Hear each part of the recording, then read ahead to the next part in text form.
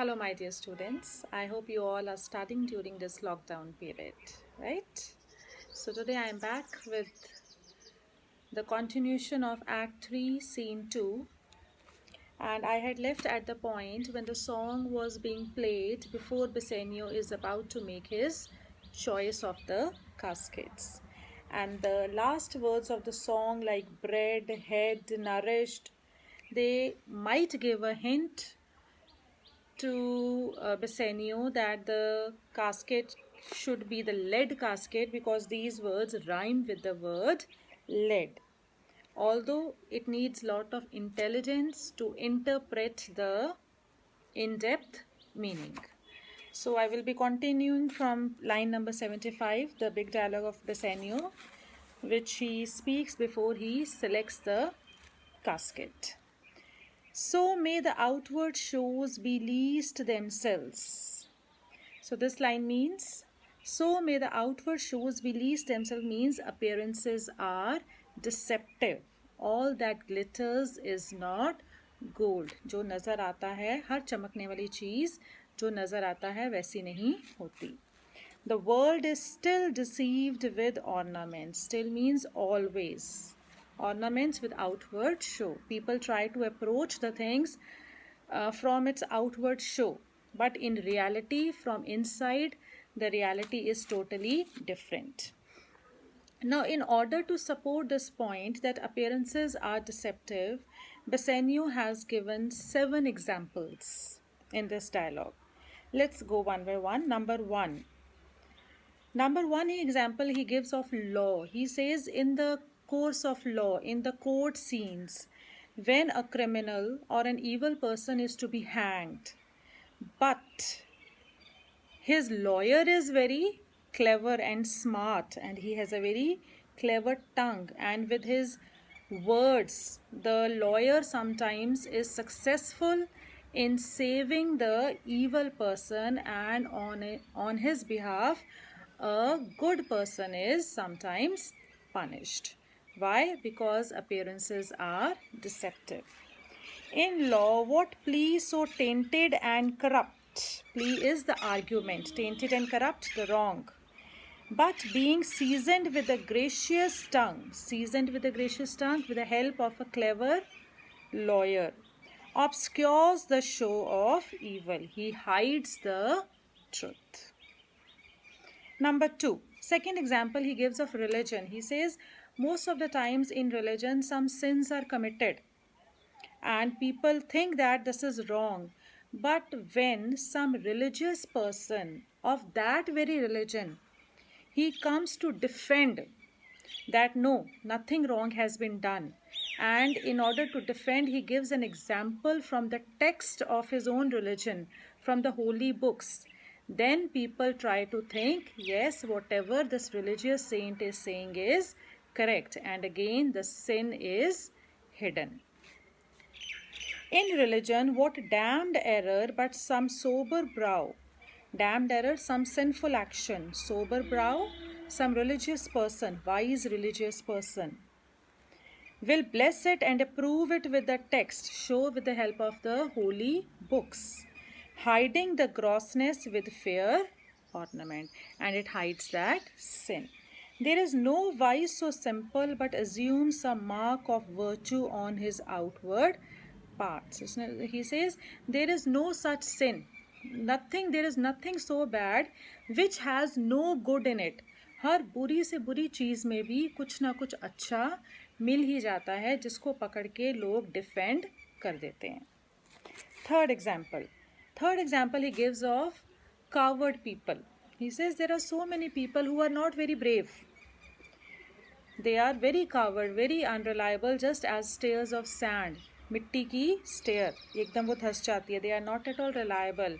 They are so coward, but in order to show their cowardice, they assume a very strong face. शक्ल ऐसे बना के रखते हैं by growing beard and give that look कि लोग उनको देख के डर जाएं. कैसे लोग रखते हैं? They have the Bassanio has mentioned 2 words, Hercules and Mars. Hercules we know is god of strength and Mars is god of war, and both are very strong personalities. So he says there are some people who are very coward from inside, but they try to assume such strong faces so as to give an idea to the other people that they are very strong. But when reality comes, when they have to face something where they are supposed to show their rudeness or harshness, or where they are supposed to fight, at that time we come to know that they are very coward, just chicken hearted. They have their livers as what is the expression used? Livers as white as milk. What does it mean? They are very soft hearted, very coward. How many cowards whose hearts are all false as stairs of sand? Stairs of sand, something unreliable. Wear yet upon their chins the beards of Hercules and frowning Mars. They assume such faces. Who inward searched, whereas their inner qualities, real qualities, have livers white as milk, very covered. And these assume but whalers' excrement to render them redoubted. Whaler excrement to show that brave attitude on their face, to render them redoubted, to show that they are really very dreadful, they are really very strong. That is the third example. Fourth example of giving of appearances are deceptive is of beauty. He say many people deceive others by presenting themselves to be very beautiful. How? By wearing lots of makeup. But when that makeup is removed, then only we come to know what is the real face. Look on beauty and you shall see this is it is purchased by the weight which therein works as a miracle in nature. Miracle, a wonderful change. So he says that wonderful change which is seen on the face has been brought from the shop. The makeup things have been brought from the shop, making them lightest that wear most of it. Most of it. What is it? Makeup. So here Shakespeare has tried to comment that the word lightest has been used in two references. Shakespeare wants to say that the people who wear a lot of makeup, number one, they tend to become bright, they become attractive.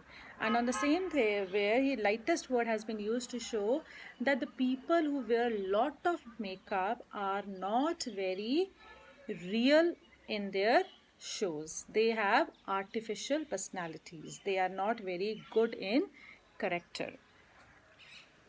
Fifth example is of the golden hair. Golden locks are the golden hair. He says there are many people who wear wigs. They don't have the original hair. They tend to change their appearance by having artificial hair on their head. And when the wind blows, those hair, they play in the air. Zulfin lehrana. At that time, even that person knows that these hair which are blowing in the wind, they are not mine. These hair are of a person who is now dead and is lying in the grave, and his hair had been given to me. So in the olden times when maybe people died, then their hair were cut and they were reused to make wigs and such things. So are those crisp, snaky golden locks. Crisp, snaky means waving. Golden locks, which make such wanton gambols with the wind. Wanton gambols, playing with the wind upon supposed fairness. Suppose, because even he knows it that these are not my real hair. Often known to be the dowry of a second head. He also knows that these hair are of some other person. The skull that bred them in the sepulchre. And the original person who had these hair, he is now lying in the grave, sepulchre, in the grave. Thus ornament is but a guiled shore to a most dangerous sea. This is a sixth example. He says, just like sometimes the shore appears to be very tempting and attractive, and we feel that the water is very smooth and we move towards the shore.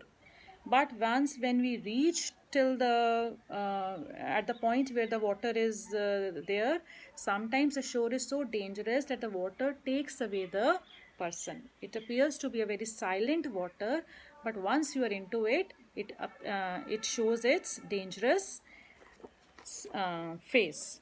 Thus, ornament is but a guiled show to a most dangerous sea. Guiled, deceptive. Number 7. The beauteous scarf veiling an Indian beauty. And the last example is given of an Indian beauty. Veiling is ghungat. So sometimes a lady in the veil appears to be very attractive, but when the veil is removed, the real face is seen. So these are the examples of appearances are deceptive. In a word, the seeming truth which cunning times put on to entrap the wisest. Cunning times, the people. He says sometimes these are some of the examples which show that how cunning people try to entrap the true true people. Therefore, though gaudy gold, hard food for Midas. Now, the reason why he does not choose the gold casket. Gaudy gold. Gaudy is showy gold. Now he has come to the golden casket. Seen the inscriptions. Therefore, though gaudy gold, hard food for Midas. I will none of thee. First of all, he refuses the golden casket. He says hard food for Midas. Now Midas was a king. He was granted a boon from Apollo, sun god, that whatever, because he had a great love for gold, so he was granted a boon that everything he touches changes into gold. At that time, Midas took that boon from Apollo, but he never realized what will be the outcome of that. So the moment he tried to eat something, even that that turned into gold. He could not eat. Once, when he tried to touch his own daughter, she also turned into gold. So then he realized that gold cannot be a substitute for natural life. खाना खाए तो वो भी सोना हो गया, बेटी को छुआ तो वो भी सोना हो गया, तो इस तरह तो वो जी नहीं सकता था. He cannot, how can he satisfy his hunger and thirst? So he again prayed back to Apollo and asked him to take back his boon. So Bassanio says कि मैं तो सोने को बिल्कुल भी, I will not choose gold casket, क्योंकि ये तो किंग मिडास की भी सखी नहीं हुई. And gold could not turn out to be fruitful even to King Midas, तो फिर मेरे को कहाँ से true होगा? So this is the reason he does not choose the gold casket. I will none of thee, nor none of thee, though pale and common drudge. Pale and common words are used for silver casket. उसने बोला silver casket भी मुझे नहीं लेनी. Pale and common drudge, the words used. Pale and common means not very bright as gold. Drudge, a means of exchange between man and man. He says सोना तो हर कोई afford ही नहीं कर सकता. So what is the simplest means of exchange between man to man? What is being transferred from one generation to another? That is silver, which is easily affordable by everyone. But he says मेरे को वो भी नहीं चाहिए. That is not I want. I even reject that. So why does he reject the silver casket? Because it thinks it to be pale and common drudge between man and man. But though meager lead, meager ordinary, which rather threatenest than dost promise aught anything. He says नहीं, मैं तो lead casket को choose करूँगा. Why? Because it rather threatens than promises anything. You remember the inscriptions written on the 3 caskets? So what was written on lead casket? Who chooseth me shall hazard what all he has. He says this inscription threatens me. It does not promise me anything. So I don't. It has not shown me any outward appearance. Thy paleness moves me more than eloquence. Paleness means frankness. Eloquence, the attractive language of the caskets. And here I choose joy be the consequence. So he chooses the lead casket. So the choice of the lead casket also shows the risking, adventurous and gambling nature of Bassanio. You have read till now about Bassanio. You know a lot of things about Bassanio. He is in the habit of taking risk. He took a great risk to come here. Then gambling nature, he has almost lost all the money, and then he has again borrowed money from Antonio. So his choice also reflects his character. Now, the moment Bassanio chooses the lead casket, Portia is elated, very happy, because she knows till now that lead casket is the right casket, as other two were already chosen by the Morocco and Aragon, and nothing came out of it. So the moment she listens this, she is lot happy, and all the negative emotions which were in her mind till now, they have all disappeared. And this dialogue, she is only talking to herself. How all the other passions fleet to air. Passions, feelings. So the moment he chooses red casket, all negative things have gone.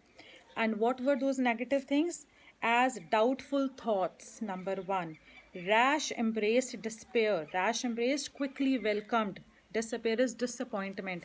उसके अंदर अब तक disappointment बहुत ही high, क्या होगा, कैसा होगा. Number three, shuddering fear, जो डर था उसके अंदर. Number 4, green-eyed jealousy.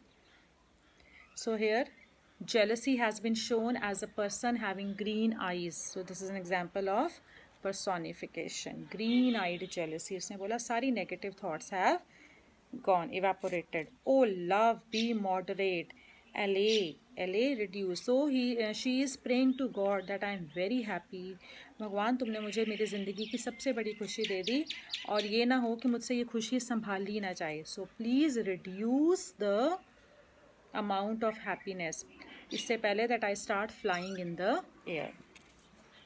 Oh love, be moderate. Allay thy ecstasy. Ecstasy, excessive joy. In measure rain thy joy, कि मॉडरेट ही मेरी खुशी रखो, मुझसे ज़्यादा खुशी संभाली नहीं जाएगी. Scant this excess, scant reduce. I feel too much thy blessings, make it less, for sure I surfeit excessive joy. So she is just praying to God. And in other words, she is thanking God for giving me the happiest moment of my life. Now Bassanio, इतने में क्या हुआ? The casket has been opened, and Bassanio sees. What find I here? Opening the leaden casket, fair Portia's counterfeit. You remember the right casket was the one which contained the picture of Portia. Counterfeit is picture. What demigod hath come so near creation? And the moment he sees the picture, he is greatly attracted. He says, what a beautiful picture of Portia.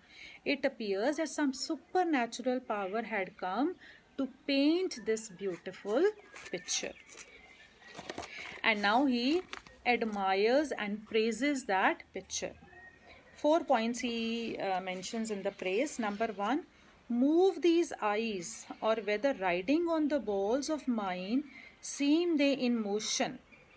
First of all, he praises the eyes which have been drawn on that picture. He says, how beautiful have the eyes been painted.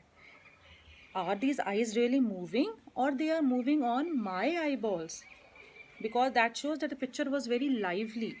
Second example, here are severed lips, severed parted lips, parted with sugar breath, so sweet a bar should sunder such sweet friends. Secondly, he praises the lips. He says, how beautiful are the lips, and it appears that the upper lip and the lower lip are two friends, and they have been separated by sugar breath, meethi meethi sansing. Number 3, here in her hairs the painter placed the spider, and hath woven a golden mesh to entrap the hearts of men, faster than gnats in cobwebs. So thirdly, he praises the hair. He says, कितने सुंदर बाल paint किए हैं. It appears as if it is a net of golden hair. And that net of golden hair has been compared to a cobweb, जाला. जाले लगे होते हैं ना दीवारों पे. He says, इतनी जल्दी तो even the gnats, जो छोटे छोटे इंसेक्ट्स होते हैं जो जाले में पकड़े जाते हैं, इतनी जल्दी तो gnats आ भी नहीं कॉबवेब में फंसते जितनी जल्दी इन जुल्फों में लोग फंस जाएं. And number 4, he again comes back to eyes. But her eyes, how could he see to do them? He stands for the painter who painted this picture. How could he see to do them? Having made one, methinks it should have power to steal both his and leave itself unfurnished. Unfurnished, incomplete. Now that picture was a side pose of Portia. So only one eye has been seen in that picture. So he says that look how much life he has put in that one eye. और जब उसने एक आंख बनाई होगी, that eye had the power to steal, to kill that the two eyes of the painter, and so he has left the painting incomplete. After he had painted one eye, I think he should have lost both his own eyes, and so therefore he has left his painting incomplete. Right? So as soon as he prays, then he realizes that Portia is also standing very near to him. So he changes the topic again. He says, whatever. Still, I feel that the original Portia, which is standing in front of me, is far, far more beautiful and attractive than the one being shown in the picture. Yet, look how far the substance of my praise doth wrong these shadows in underprizing it. So for this shadow doth limp behind the substance. The substance of my praise, the amount of my praise. I have praised a lot, but still this real Portia is much more prettier. Doth limp behind the substance. Substance, second substance means the reality, the real Portia. Here's the scroll, and then he takes out the scroll. Now he reads the scroll, and in the scroll, the scroll praises Bassanio for his intelligence, and he also warns him that since you have got the dream, you have got what you wanted, now you should be true to her and try to live a happy life. You that choose not by the view chance as fair and choose as true. Chance as fair means you are very lucky. Since this fortune falls to you, be content and seek no new. No new, don't go for after anything else now. Be content with your life now. If you will be well pleased with this and hold your fortune for your bliss, turn you where your lady is and claim her with a loving kiss. A gentle scroll, fair lady, by your leave. So the scroll says, if you're happy with your choice and if the girl is also happy with you, you can claim her with a beautiful kiss. So, well, when I am doing this dialogue, I remember the classroom scenes. Whenever we read this dialogue, we see blushed faces of the students at that time in the classroom and missing those classroom scenes during this lockdown period. At that time, I try to tell my boys that this kissing custom is of England over there, not in India, and they will not be having this opportunity anywhere during their marriage time. So missing those classroom scenes, let's pray to God that very soon we should be back to our schools. So after reading this note, he goes to Portia. I come by note, whatever is written in the scroll, to give and to receive. What to give and what to receive? A kiss. Like one of two contending in prize, two competitors who are having a competition for a prize, that thinks he had done well in people's eyes. Hearing applause and universal shout, giddy in spirit, happy, still gazing in a doubt whether those peals of praise, those shouts of praise, be his or no. So thrice fair lady, very fair. So he says, he goes to Portia and says, right now I am having a feeling just like there are two people who had been fighting for a competition, and there is cheer all around by the crowd. And at that time, none of the competitors realizes for whom the people are cheering. That means in this dialogue, Bassanio wants to say that I am still unable to believe that I have been so lucky that I have chosen the right casket and I have won over you. So thrice fair lady, stand I even so as doubtful whether what I see be true until confirmed, signed, ratified by you. She says, and he says, until you approve me, you say yes, you are going to marry me. Till that time, I will not be able to believe what I have gained. Right? So, in the next dialogue, Portia says, you see me, Lord Bassanio, where I stand, such as I am, though for myself alone I would not be ambitious in my wish. Now, in this long dialogue, Portia is just trying to be a typical Indian wife. Just as a typical Indian wife reflects that whatever I am just because of you. I appreciate you. I want to become more beautiful just for you. I want to become more rich because just for you. I want to become more intelligent just for you. And whatever I am today, I would like to improve myself thousand times more so that you should get a feeling that you have got a very good wife. So these lines are according to that. I will come somewhere to line number 170. Myself and what is mine to you and yours is now converted. So after giving this, she says to Bassanio that till now I was the lord of my house. I was a mistress of my house. These all servants were mine. But now, right from this moment, I am your wife. So this all house is also yours and all these servants are also yours. Is now converted, but now, until now, I was the lord of this fair mansion, big palace, master of my servants, queen over myself. That I used to do whatever I wanted to do. And even now, right now, this house, these servants, and the same myself are yours, my Lord.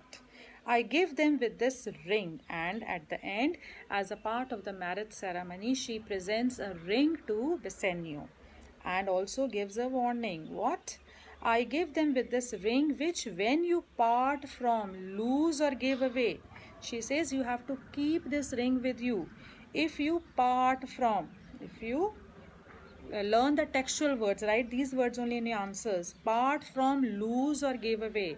अगर अलग की, गुम गई या किसी को दे दी, let it presage, तो मैं ये समझूंगी, I will assume the ruin of your love. This is my प्यार की निशानी फॉर यू. अगर तुमने किसी को दे दी और तुम्हारी उंगली में ये रिंग आज के बाद मुझे नहीं नज़र आई, that will mean that it is the end of our love. And be my vantage to exclaim on you. Vantage, opportunity. Exclaim on you, to charge you. मैं तुम्हें तब I will charge you that you have not listened to me and you have not kept the ring. So this is our marriage ring. So Bassanio takes the ring. Madam, you have bereft me of all words. Bereft me, left me with no words. Bassanio says, I am speechless right now. I cannot say anything. Only my blood speaks to you in my veins. He says, इस time बिल्कुल ऐसे लग रहा है as, and there is such confusion in my powers as after some oration fairly spoke. Oration is speech. Fairly spoke, well spoken. By a beloved prince, there doth appear among the buzzing, pleased multitude, the common people who are happy to listen the speech of their prince. He says, मुझे इस time बिल्कुल ऐसे लग रहा है when a prince gives a speech and all the people are shouting in happiness. They are so much fascinated by the speech given by their by their prince, and all those shouts of various people, they all that all shouts are not understood by anyone, but everybody gets a feeling that all are happy. Same is the case with me. I can't understand. I am really unable to digest the reality that I have become so lucky that I have got you. And in the end he says, but when this ring parts from this finger, then parts life from hence. Or then be told to say Bassanio is dead. And he promises that this ring will remain with me throughout. And whenever you find me without the ring, you can always charge me that I have stopped loving you, because that day will never come. So I will be making short videos because it becomes very difficult for me to upload them. We will be continuing the rest in the next video. Please go through the lessons and try to solve the workbook. Bye bye.